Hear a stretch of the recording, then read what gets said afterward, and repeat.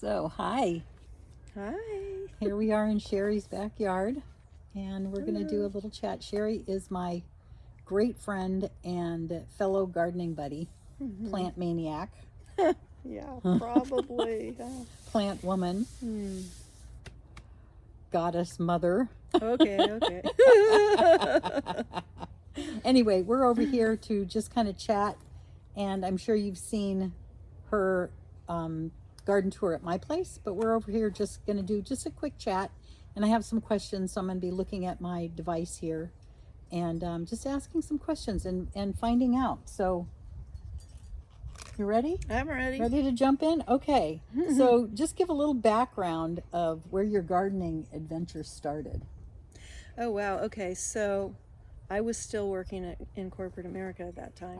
And just decided, because I've always been into gardening since I was just a kid. And so I just decided, well, I think I'm going to see if I can take this Master Gardener program. So I got accepted into it. So that was probably, I think that was in 1989, actually. Okay. A couple days ago. Right. Yeah. Oh, so tell me a little bit when you said that you've been a gardener since a kid. What does that mean? Yeah, so my dad always had a vegetable garden. Ah, nice. Yeah. So I'd run around and pretend like I was gardening, even though I was just like following people around, you know? I do know. I do know. I've been there. Like, okay, here's something. Let's put it in. Is it going to grow? Right. Where's the watering can? Nice. Pretty and funny. Didn't you say that somewhere along the road you got very involved in houseplants? Yeah, when I was a teenager, I was rooting houseplants a lot, and just especially when I found out about the piggyback, my sister told me, and I was like, oh, wow, really? Nice. It like keeps making babies. Oh, like, that's so good. Yeah, so yeah, that's what I did when I was in my teens, in my early 20s. Yeah.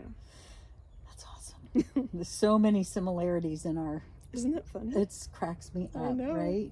You know, because that's where I started too, with the whole houseplant thing. Right. Yeah, containers and I remember. purchased soil and plants, and then propagating the plants, and then having a house full of plants. I know. Yeah. Then the so one, good. like, I was so thrilled when I found this purple velvet leaf plant. Oh, yeah. I mean, I'm sure you've seen that. Yep, I even have like, some right now. Oh, it's so Yeah, awesome. so awesome. I love that one. Have to get a cutting from you. All right. Of course. Yeah. So let's talk about this garden a little bit. What zone are you in here? California 9B. California 9B. Yeah. Okay, yeah. Yeah. Cool. Yeah. And what's your, because my native soil is it's clay based. What's your native soil here? Okay, so I did do the soil class at the JC, so I had to write a whole report on that. Oh, nice. You know? So it's like a sandy loam, but there's the front part of the property has more clay, because I haven't brought in amendments out there really.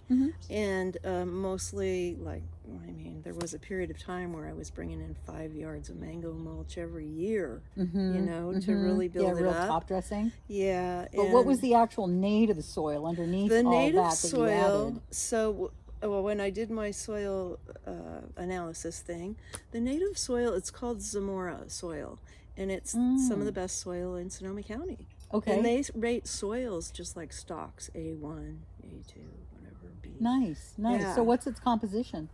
It's about, I would say, 40% clay, especially in the front. And then back here, structurally, it's changed over time because I brought in so much compost. Right, but the native soil. Right, so I think it's like 20%, low, like 15% sand, 40% clay, and the rest is like a loamy, like sandy loam. Okay. Yeah. All right. Yeah. Leaf litter and decomposing matter. Nice. Nice. It's good soil. Yeah, that's really awesome. So you started out with wonderful, and then you just kept amending it. Yeah. And that brought it to this wonderful lusciousness that you have now, because everything you plant grows like crazy. Right. And when we go over there, I'll show you the Oakley compost I make every year. Yeah. And that's got a lot of calcium in it. They call that leaf mold? Yeah, if you're just putting leaves in there, yeah. And if you, but once that's composted down, like the top part of that, I still end up covering my compost with it, even if it's not broken down. And layering my food cuttings in there and stuff, scraps from the kitchen, and yeah, making compost all the time, making compost and trying to you know, have buckets full of it sitting around so I can use it. But that's cool. That's cool. Well, I look forward to you just kind of showing us that a little bit. Okay. Because that sounds really like a lot of fun. Okay. That's one thing about having these electronically is they keep turning off on you. Yeah. Okay, so we talked about feeding your soil. That's cool. And how? So here, the other thing I'm interested in is how do you irrigate your property? How do you irrigate your plantings? Is what I should say. So it's a combination of, okay, so let me just say, so the raised beds in the front are on a regular hose bib timer. Got it. Yeah. And so that's how I do the vegetables mostly. There's some beds that are hand watered, and then like the areas like this, I mean, right now they've been getting a lot of supplemental water just from the rain that we had. Yeah. But awesome.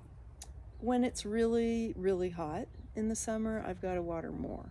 So is that a hand watering? Yeah, with the hose. Okay. Yeah. So I mean, the combination of hose bib, irrigation, and hand watering. And thick mulch sometimes. Yeah. Well, yeah, leaving absolutely. The thick mulch in certain areas. Yeah. Yeah. So that's that's mostly how I do it. Nice. Yeah. Nice.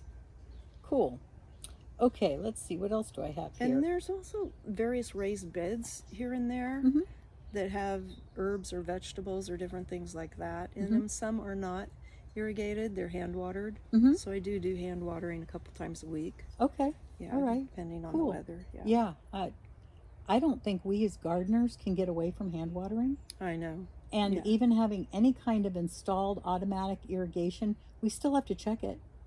Yeah, we do. Because there's so many things that can go wrong, go south. The battery. For instance, right? Yeah. Jeez. Yeah. Or they get clogged. Yeah, things happen. It's good to check them a few times a year. Probably. Yeah. It's a hands-on activity, gardening. It is. You know, it's kind of like managing your garden is like managing your life.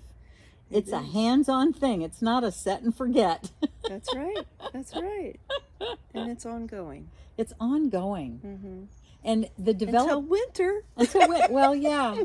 And then get our big break. It's still ongoing, but then we do get a break. That's our vacation. Yeah. Absolutely. Yeah. Absolutely. I am super curious. I know when you bought this property, it wasn't have this much food and edibles in it. No. So you had a point. Something happened in your world. Yeah. You had a point where it's like, I'm gonna make a food forest. What's that all about? Right. Yeah. Tell me about that. So, let's see. How did I come to that? I think at first I was going to Harmony Farm every week because I found this book on permaculture, and I was not sure if I wanted to buy it, so I kept going back. And I think that I did buy it. I think it was by Rosemary Morrow, and a permaculture guide. So I bought that one, and I started reading, and then they had the regular permaculture manual in there, and I read some of that, and it's dense material. But I was like, there's a lot to this. This could turn into a really big deal if I head in this direction, you know. And so then, when was it? I think it was 2003. I took the permaculture training at the Occidental Art and Ecology Center. Oh, nice. And then after that, I took the permaculture teacher training at Ocean Song with Christopher Peck. Nice. Yeah, and a group of people up there. So that was nice. We were up there for about 4 days. Ooh. Yeah, it was a really good training. Yeah. Yeah. That's I cool. mean, we were studying watershed stuff and all kinds of things, just that are, beyond the garden, the bigger, capture and sink water and why you want to do that and stuff like that. So if somebody came up to you and they said to you, just give me 3 reasons why permaculture is the way for me to go, what would you say? I would say, well, definitely if you want to grow your own food, it's definitely a good way to go, because permaculture is basically perennials, okay? Even this giant oak tree is a perennial. And it has its cycle, and this actually, by the way, is habitat for 5,000 creatures. Yeah. You know? Yeah. It's just like, I know. yeah, so it's amazing. Yeah, and then I finished that training, the teacher training, and then I was on the eco garden tour a couple of years, different times, and so I had a lot of people coming through here, and I helped some people do their gardens because of that. And so were these people interested in permaculture? And if so, what did you say to them to interest them in permaculture? Well, I had a flyer for a one-day workshop already prepared, because I knew I was going to be on that tour. After you did the teacher's training, you created this flyer? You know, the teacher's training I finished in 2004. Okay. And then I was developing the garden over many years, and then in the way of permaculture. Yeah, it's always been a permaculture garden, because basically it means perennial food forest, basically. Nice. Yeah, so that's what I've heard you say before, food forest. Yeah, because everything produces food again the next season, and that's what perennials do. Or it's either food, so it's flowers, or recurring. Herbs. Yeah. So once you build it, then what happens is you start getting a much more beneficial insect population, and all that starts happening, and pretty soon the garden is gardening itself. It's really a trip when it gets to that point. And yeah, it's been amazing. It really has. So talk to me a little bit more about the beneficials. You were alluding to that with the 5,000 in the oak. Yeah. So why is that important? Well, because the beneficials will take care of your garden, and they will make it pest free. But you can't, first rule 1 about that is that no pesticides at all, because that will kill them off. And then like they will like in my fennel plant up there, you know, I don't really want to grow fennel because it kind of is a little invasive, and you have to keep watching it and stuff like that. But if I leave the stalks on there, you know, cut them only halfway down, that's winter housing for beneficial insects. And so, you know, just little things like that. So part of permaculture is interjecting yourself. Okay, nature can't do all of it. So there's things you need to do. You need to empty the compost. You need to do certain things that even the beneficials can't do all of it. So you do certain things to support. Right. And the permaculture garden, nature's garden. Yeah, so you look at what needs to happen. You know, do you need to put out more little bowls of water for the butterflies, or make some mud dabbing area for them, or whatever? It's like things like that. So it's things that, because you can lure them in with certain plants like buckwheat. And so at Chris and Jeanette's, there's the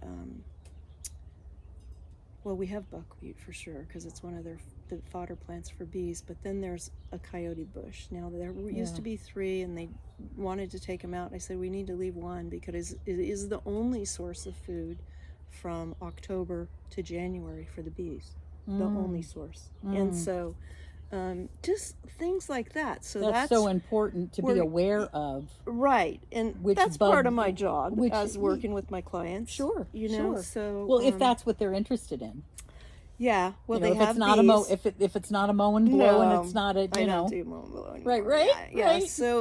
Yeah. So and then there's hoverflies. There's all kinds of little teeny wasps, and they all need their nectar. And so, like the little teeny alyssum flowers, little teeny flowers that are on the red, the Jupiter beard plant, the ones that have little teeny flowers are super important. So basically, if you have the kind of flowers they need, then they'll stay in your garden. They'll set up housing, and they will. They'll raise their kids here. And then their kids will think this is home. Yeah. And they'll always come back. Yeah. I love that. Home, yeah. I love Yeah. that. Yeah. Wow. So in a line with how it is as a human too. It's like we're part of We are part that of whole. nature. We are. Right. You know, we're an element. And so when you say it can't all do it on its own, well, of course not, because we're part of the equation. Right. You know, right? And they say in permaculture, it's thoughtful and protracted observation.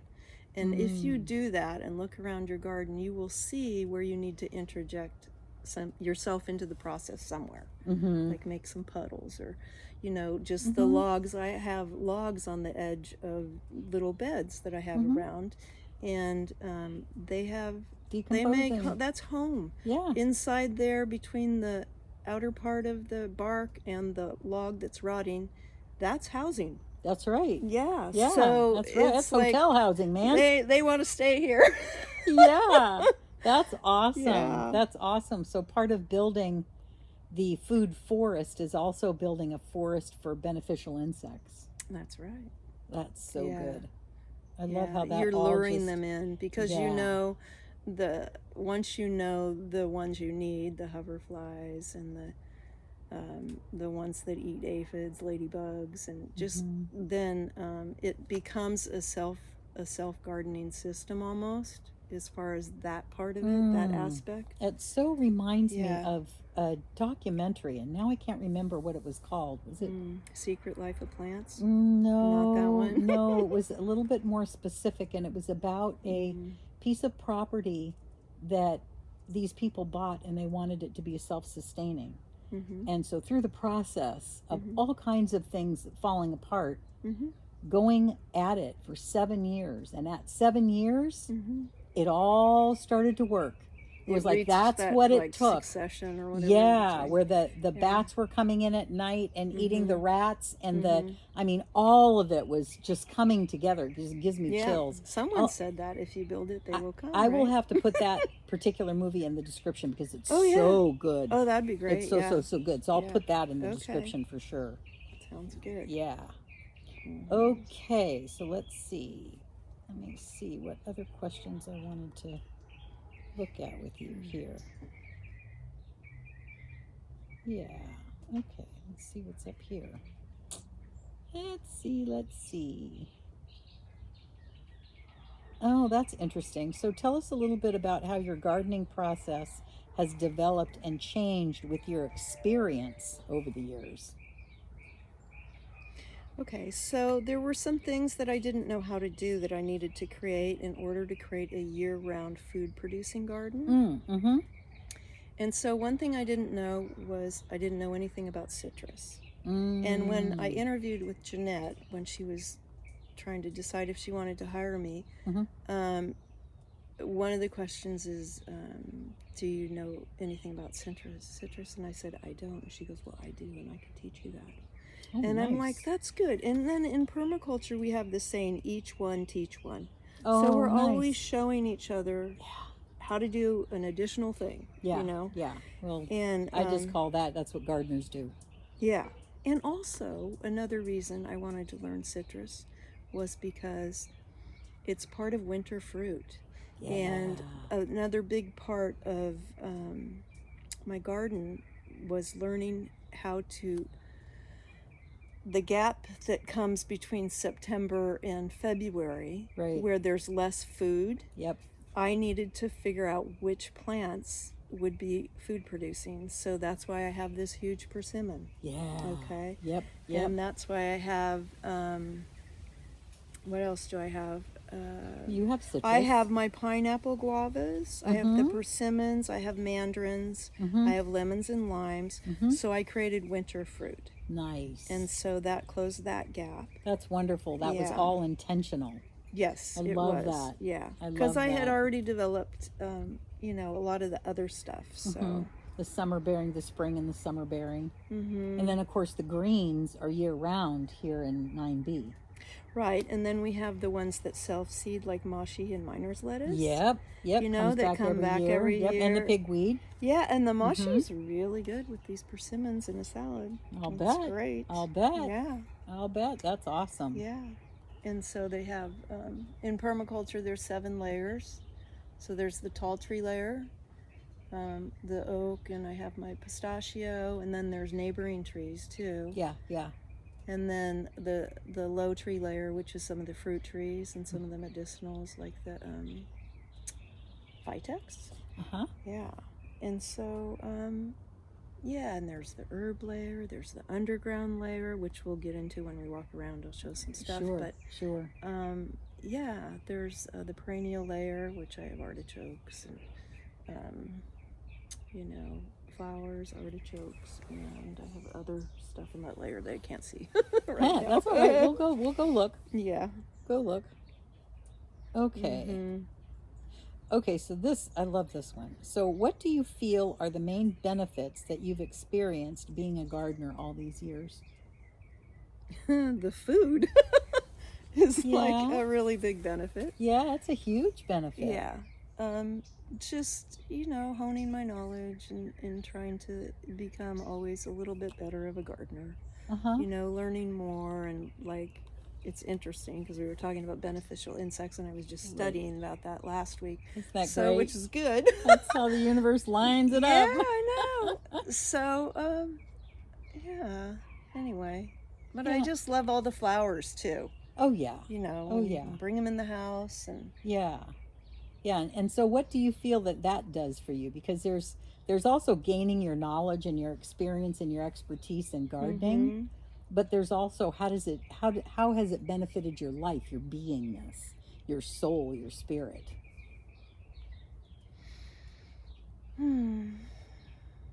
Well, this is my haven. I mean, this is where I love to be, much more so than in the house. Right? And if it's not hot outside, I'd rather be out here. And as you can see, there's a lot of shade in this garden. Yeah. So, it's a nice, yeah. Would you say haven? Haven. So it feeds your soul. Yeah. It's a haven for your beingness and your soul. Yeah, I support the garden. The garden supports me. Yeah. I'm always trying to think of what I can add, you know. Like I got a Mystic Spires over there now. Nice. Yeah. Nice. And then I got that Cleome. So that's great. Keeping the flowers, you know, because I want to get some more plants that are for the butterflies too. Yeah, it's ever like evolving. One of them, maybe a miniature buddleia or something. Yeah. It's always evolving. Yeah. Yeah, and it's also you taking care of Mother Earth. Yeah, and Mother Earth taking care of me. Absolutely. Absolutely. This is true. Yeah, and to me that's coming right back to our beingness, to our gut level soul. You know, being connected. That's, for me, gardening is about being connected. Yeah, you definitely are connected. Yeah. And it's, you know, it's all the gardening things, but it's being connected. So good. Yeah, we are part of nature. We have the same needs of all the other creatures. I mean, we need air, water, food, shelter. We need all that. All of it. You know? That's right. So, that we do. Okay, let's see if there's any other question here that I think would be fun.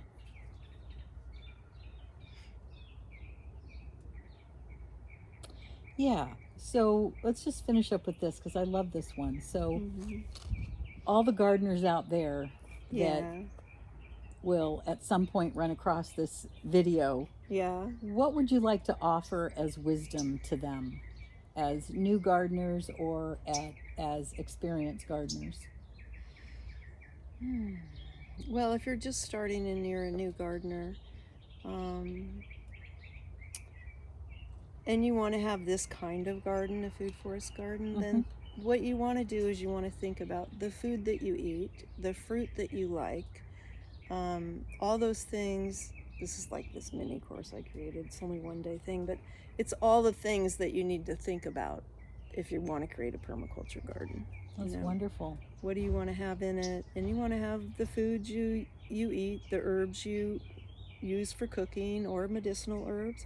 This is a medicine garden too. Absolutely. So Absolutely it is. yeah, and in permaculture they talk about the stacking functions. It's like one plant can have many different uses. It could be culinary, it could be medicinal,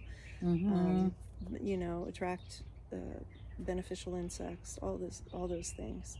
So stacking functions is kind of an important concept in permaculture. But yeah, I would say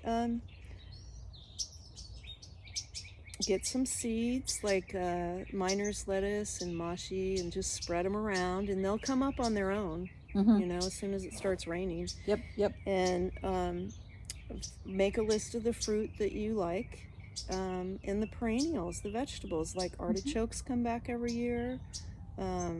Yacon comes back every year. You harvest it each year, but also it provides new small tubers so that it can regrow.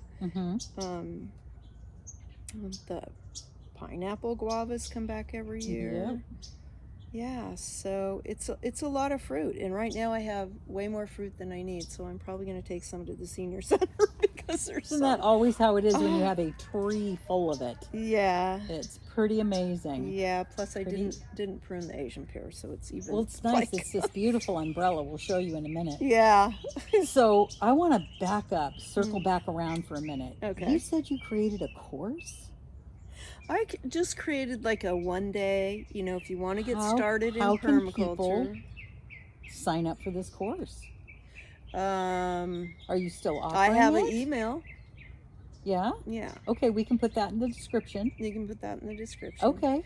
And it will get people started. It has like a list of recommended books. It has a place where you can find unusual fruits, like One Green World, and there's another one, I can't remember it.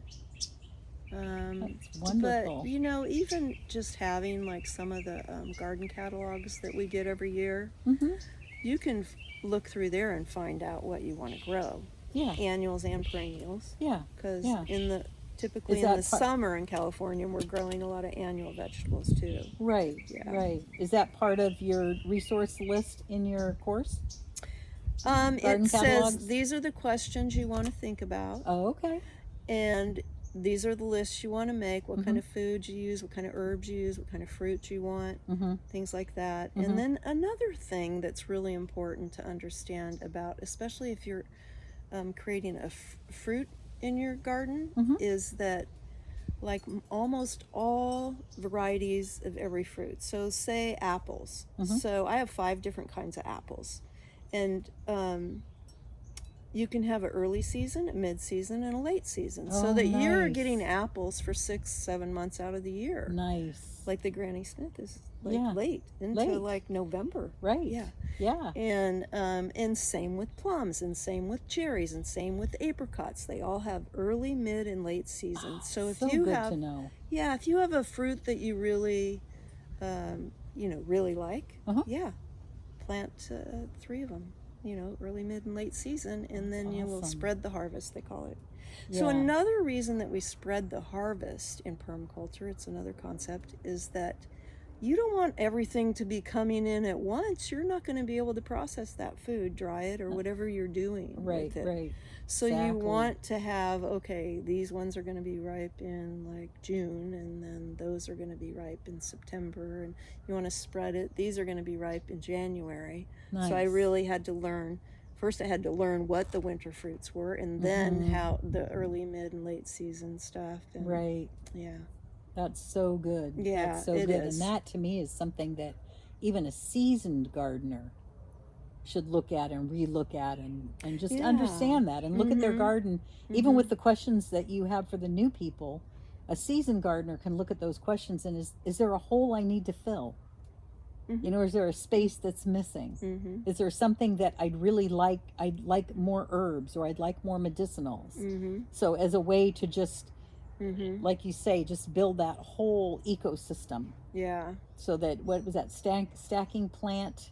Stacking functions. Stacking functions. Is like one plant provides many different things. Like yarrow is an example I was looking at. Yarrow is it's medicinal. You can make plant medicine with it. If you cut your finger, it's anticoagulant. You can like just put some yarrow right there.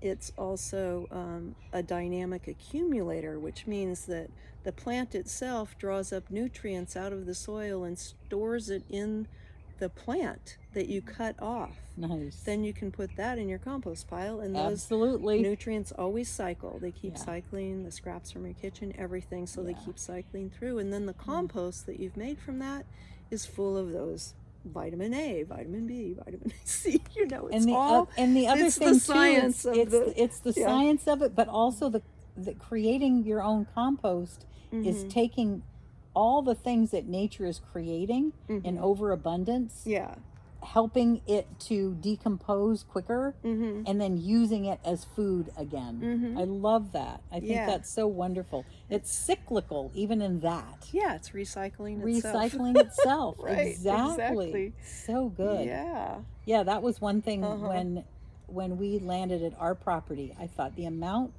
of detritus that this property produces, and I have compost mountains. I know, because you have like really great compost too. It's so like black gold. Oh my goodness, you know. So yeah, I love that. I love that. All right. Well, with that, I'd like to wrap this portion up, and we'll start at that end of the garden, and we'll just do a little walk and talk. Sounds good. And then you can show me around and tell us all the groovy things that you have, and show us all the groovy things. Sounds good. All right, sounds good. All right, see you in the next one. Bye.